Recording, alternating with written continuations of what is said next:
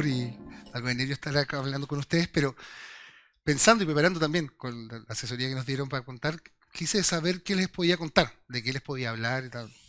Y este año me pasó que se junta un poco, pasa algo muy extraño con la irrupción de las inteligencias artificiales generativas, está cambiando todo mucho. Este año tenemos 70 elecciones en el mundo. La mitad de la población va a estar en elecciones.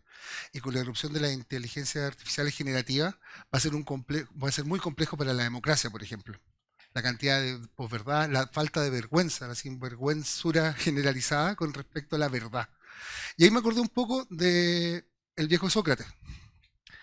Sócrates y la mayéutica, el sacar a la luz. Y cómo en estos procesos, en estos espacios, en este momento que estamos ahora de la historia del hombre, en donde está todo tan encima, cómo el método socrático es lo que nos podría ayudar en la pregunta. Ya lo hablamos bien. Donde es más importante el saber preguntar. Escuchaba recién la exposición anterior, esos libros que se están empezando a prohibir. ¿Cómo es la posibilidad de yo preguntar? Y ahí, después cerrando un poco la presentación, es que esa es la gracia de esto. Salen todos los días aplicaciones nuevas, ChatGPT, Copilot, o sea, es un planeta de aplicaciones, pero lo importante es saber preguntar. Y siempre, siempre, como la máxima de Sócrates, es sacar a la luz.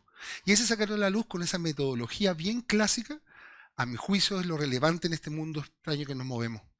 Porque también, y esta otra palabra es logos, ¿qué es la palabra? ¿Cómo trafico la palabra? ¿Y qué condiciones necesito yo para poder traspasar la palabra? Y esa palabra, insisto, las diferencias sociales, políticas que van a existir van a ser. Socialmente va a ser cuántas palabras manejo yo con respecto a un otro a la hora de poder hacer una pregunta a las inteligencias artificiales. Creo que podemos dar por descontado que mucha gente no va a leer 200 páginas de un libro. La información va a estar acá. O no va a agarrar, no va a ser capaz de leer todo lo que se genera. La cantidad de información. A mí me pasa, todos los días me levanto y hay un cambio, por ejemplo, en las condiciones de ChatGPT. O digo, voy a hacer un presupuesto, cuesta 10 y después digo, chuta, cambió, ahora cuesta 5. Entonces, en ese cambio, la capacidad de razonar, reflexionar, habla, palabra, razonamiento, argumentar, discurso, instrucción, es la inteligencia. Intelligere en latín, la capacidad de distinguir. Y lo que pasaba, me sonaba hace un tiempo, yo cuando, hace años veía, yo pensaba en una estrategia comercial, lo que es el pensamiento crítico, creo que está más en boga que nunca.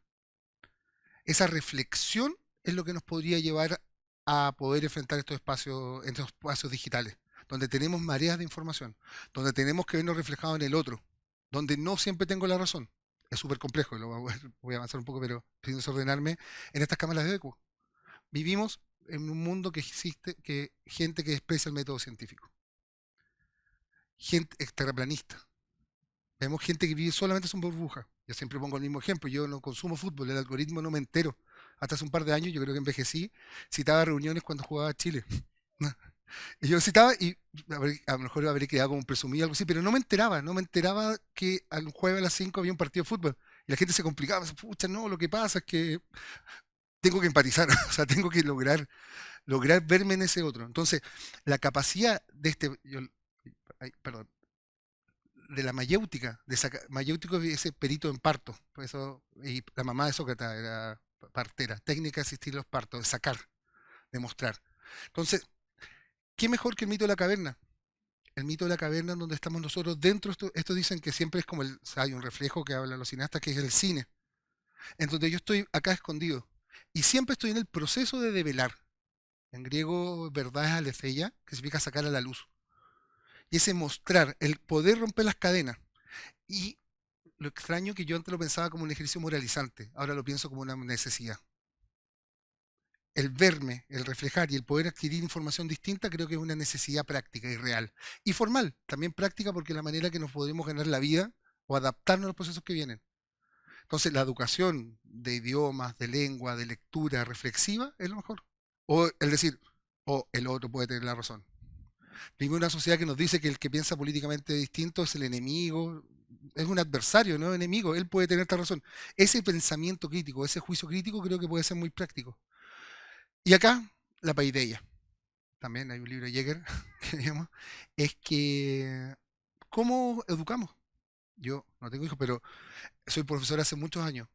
Y este año me vi a la necesidad, me vi enfrentado a la sala de clase cuando apareció en noviembre del año pasado ChatGPT. Dije, chuta, ¿cómo les voy a hacer clase? Y me di cuenta de varias cosas. Primero dije, voy a ser profesor. O sea, no voy a llegar con el PowerPoint, haga estas 5 cosas. Le pueden preguntar a estas máquinas. Hágame una estrategia de digital, dígame cuánto es tanto más tanto, cómo construyo tal cosa. Lo importante es hacer la pregunta, darle contexto. Palabras muy relevantes, no se puse acá, pero contexto. ¿Cuál es el contexto del espacio? Y en ese aprender a promptear, a razonar, o a hacer preguntas sobre preguntas y develar la pregunta, creo que está el dato. Aprendí mucho cuando partí al principio, haciendo clases en marzo de este año, que ya siento que fue otra era. Estaban desde los más mateos, los que no leían también, los que sabían fútbol. El señority, el que veía fútbol, decía, profesor, pero la Católica no tiene 14 títulos, tiene 12 o tiene 16. O sea, ¿en qué contexto? La Copa Chile, la Copa Gato, el Mundial de no sé dónde. Entonces, esa capacidad, esas horas de vuelo de ver tanto fútbol, porque estas máquinas alucinan, se equivocan. Y dentro de la alucinación, la única manera de saber de fútbol es saber de fútbol. O saber quiénes son los premios nacionales, porque si no la máquina, o esperemos que todavía no lo haga, porque cuando lo haga vamos a estar cuando sea la inteligencia artificial general, vamos a estar en algunos problemas más grandes, tiene la capacidad de entregar información errónea, que solamente mi juicio crítico lo puede velar. Entonces, esta formación como liberal clásica, ahí, ahí está, perdón, ahí. Esta formación que puede ser un poco ñoño, pero es como el trivium y el quadrivium, saberes humanos, saberes exactos, gramática, dialéctica, retórica, geometría, aritmética, música, astronomía, a mi juicio son fundamentales. Por lo menos tener aires de eso. Es la manera de tener experiencia, de poder de velar, de aprender. Yo, bueno, ya se lo pensaba cuando me invitaron a esto, dije, chuta, este año logré juntar mi profesión de base con después toda mi vida, mi vida profesional, después de 20 años. Porque me sirvió haber estudiado latín, griego, lógica clásica. Me súper sirvió. Fue relevante este año saber hacer un silogismo. ¿Qué es un silogismo?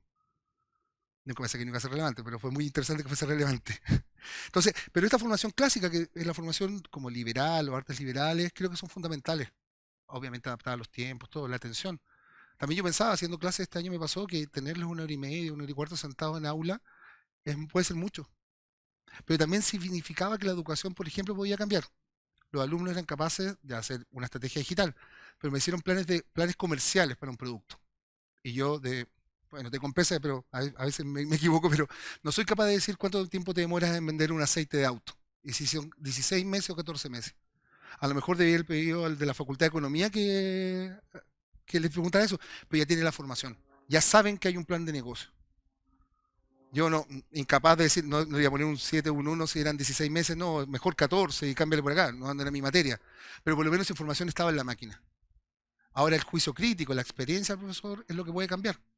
Y la experiencia de la educación. Y ahí de nuevo el docente, a mi juicio, se transforma en lo que viene de la palabra. Docente, que viene de eduquere, de conducir, el que conduce, y pedagogo, que es lo mismo, paidos agogué, el que conduce a los niños. Entonces la capacidad a lo mejor docente, los planes de estudio, donde todo está automático, donde todo es más rápido, donde todos estamos en múltiples pantallas. No sé, me pasa, yo estoy haciendo clase en una reunión y están pasando muchas cosas, o soy ubicuo. Y hay nuevas problemáticas también. La capacidad de mostrar, de dar como spark, chispas de eso, creo yo que es lo fundamental, estoy yendo más hacia la educación, en esta irrupción, en esta época de irrupción de las inteligencias artificiales generativas. ¿Cómo voy mostrando esta experiencia?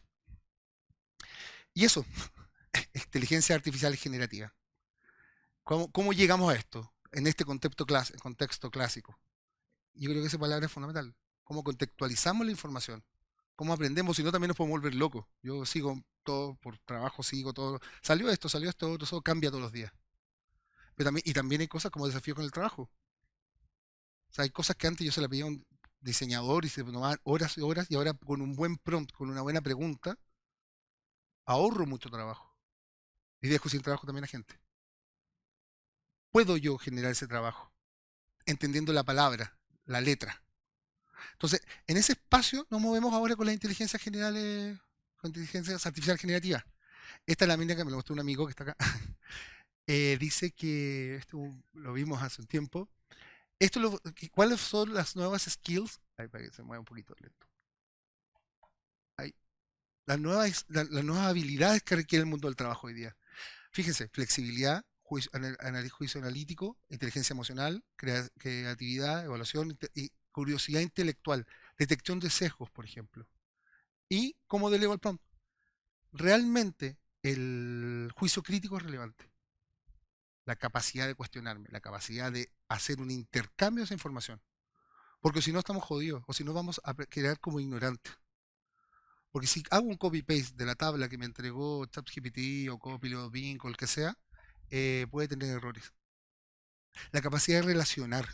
Decir, esto está en esta fuente y no está en esta otra fuente. Esa capacidad de razonamiento es lo que se espera. Y esto es un paper que a lo mejor ya cambió porque es como de agosto de Microsoft, pero ahora tiene otras versiones.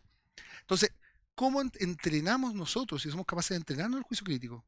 Andamos con un asistente virtual. Le pregunto, le subo una foto, soy una foto que está en japonés y me traduce automático. Pero tengo que saber contextualizar y utilizar esa herramienta. Entonces, ese es el desafío en este espacio. El desafío de ese, como lo dice el viejo, ahí está, perdón. Bueno, no es skill, obviamente eso. Pero tenemos desafíos y problemas. Vivimos en cámara de ecos. Al que le gusta la Chile, le gusta la católica, es distinto. Hay terraplanistas en este mundo. Gente que desprecia la democracia liberal, que es otro tema, pero estamos en un momento cambio de la ilustración. Estamos viendo fenómenos políticos y sociales que son autoritarios en el mundo entero, no solamente acá. Insisto, el 50% de la población va a estar en elecciones este año. Imagínense el bombardeo de información que van a tener. Esas cámaras de eco. Esas cámaras van a ser bombardeadas, son armas. La desinformación se transformó en un arma y la inteligencia artificial la hace gratis y no tiene consecuencias. En un país vecino había un actual presidente, había en campaña para todos los sabores y todos los colores. El candidato era rojo, verde, amarillo, le gustaba la Coca-Cola, la Pepsi, más liberal, más conservador. Y sin vergüenza, sin problema, sin una pena social a atravesar esto. Y eso también es un desafío que cambia un poco esto, pero esa cámara de cosas es relevante. No hay castigo social, ni pena social, ni vergüenza por la toma del Capitolio. No existe nadie paga la cuenta de eso. Al contrario, releva. Entonces, en ese espacio estamos viendo el Colo-Colo, la Chile, las universidades, todo, cada día más espaciada la sociedad. Y también no hay que olvidar que venimos en Chile, por ejemplo, del estallido social y también post pandemia. Yo lo veo en mis alumnos de la universidad, que sus problemáticas son distintas. La vida universitaria no es lo que era antes, porque se quieren ir a la casa, porque asumieron responsabilidades de cuidar, trabajar, cuidar a su familia, hacer la comida, o se dieron cuenta que un ramo lo podían tomar en su casa, que queda en San Bernardo y tienen que viajar a Santiago 2 horas. Las ventanas largas son terribles. Entonces, en ese espacio vivimos cada vez más encerrados. Hay menos agua. Esto es fabuloso, un ágora, y estamos en formato de ágora. Pero el intercambio de personas, el ágora se transformó en el mall. Pero, ¿cómo intercambiamos información y pareceres distintos en este espacio que cada día es más atomizado? Y que efectivamente podemos pedir información. También tenemos los sesgos de confirmación. Yo creo que tiene razón con lo anterior. Nuestras creencias, o los cherry picking, como dicen algunas cosas, se contradicen con los hechos y la evidencia científica. Yo elegí el método científico, lo interpreto. Me gusta entender el mundo a partir del método científico, me gusta saberlo. Pero hay gente que no lo hace. ¿Qué se hace entonces con los sesgos de confirmación? Con esa discusión, con esa boca para estaje. Y también la polarización. Bueno, lo hablaba un poco. Estamos en un mundo polarizado. Entonces, ¿cómo vamos a entender? Ahí. No me estoy pasando. No. Sí. Ahí, perdón. ¿Se mueve? ¿Cómo vamos a entender esto? Me contó lo que trataba de hablar un poco rápido por el tiempo, pero ¿cómo volvemos a la vieja educación clásica, el trivium y el quadrivium, en las condiciones actuales, como una invitación a tener un razonamiento y un pensamiento crítico? Yo sé que se ve en los colegios, en la universidad, se ve en las casas, en la formación de los hijos, en la relación con los terceros, con amigos. ¿Cómo somos capaces de volver a entender que la mayéutica es relevante? El uso del logos, el conocimiento, la inteligencia son fundamentales. ¿Cómo nos conducimos a esta manera de información? Porque el planeta ahora sí está cambiando, es una revolución gigante la inteligencia artificial. Y yo lo veo también de un fin comercial, o sea, casi de ganarme la vida con esta herramienta, facilitarme la vida, saber generar, saber describir. Ahorita estaba jugando con haciendo un juego con un amigo y me quería describirlo, transformarlo en un Funko. Y me decía, chuta, no soy capaz de describir la persona. Me sentí limitado no saber, grande, chico, espacialmente a una persona.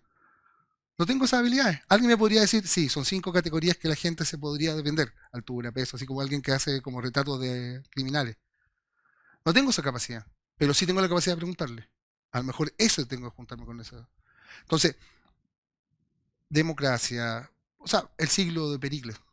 ¿Cómo utilizamos esa experiencia actualmente con la marea y control de información que tenemos para nuestro provecho? Y también, no voy a alcanzar a hablar mucho de eso, también cómo le digamos ciertos valores éticos y morales. Cómo los sesgos que hablábamos también lo tiene el sesgo. Un amigo científico le preguntó por científico y tendía a generar más hombres que mujeres. Tiene una tendencia natural a hablar más de hombres que de mujeres. O sesgos políticos, de color, de características étnicas, etcétera. Eso somos, tenemos que ser capaces de detectar. Y cuando se pierda el control de las grandes compañías, cuando sea utilizado como un arma, no va a tener límites. Y hay consideraciones políticas, militares, etcétera. ¿Cómo defendemos la infraestructura crítica de un país? Si podemos preguntarle cómo destruir el sistema eléctrico de Chile. Y alguien lo puede hacer. Eso entonces, la invitación, y también les agradezco esto, es a repensar y pensar y religar y juntar y entender, bueno, espacios como estos son fundamentales para ver gente que hace distintas cosas. Porque ya no es una, ¿cómo se decirlo? Ya no es solamente algo como de, oh, qué bueno, hay que hacerlo, sino creo que es una necesidad para todos. Eso, muchas gracias.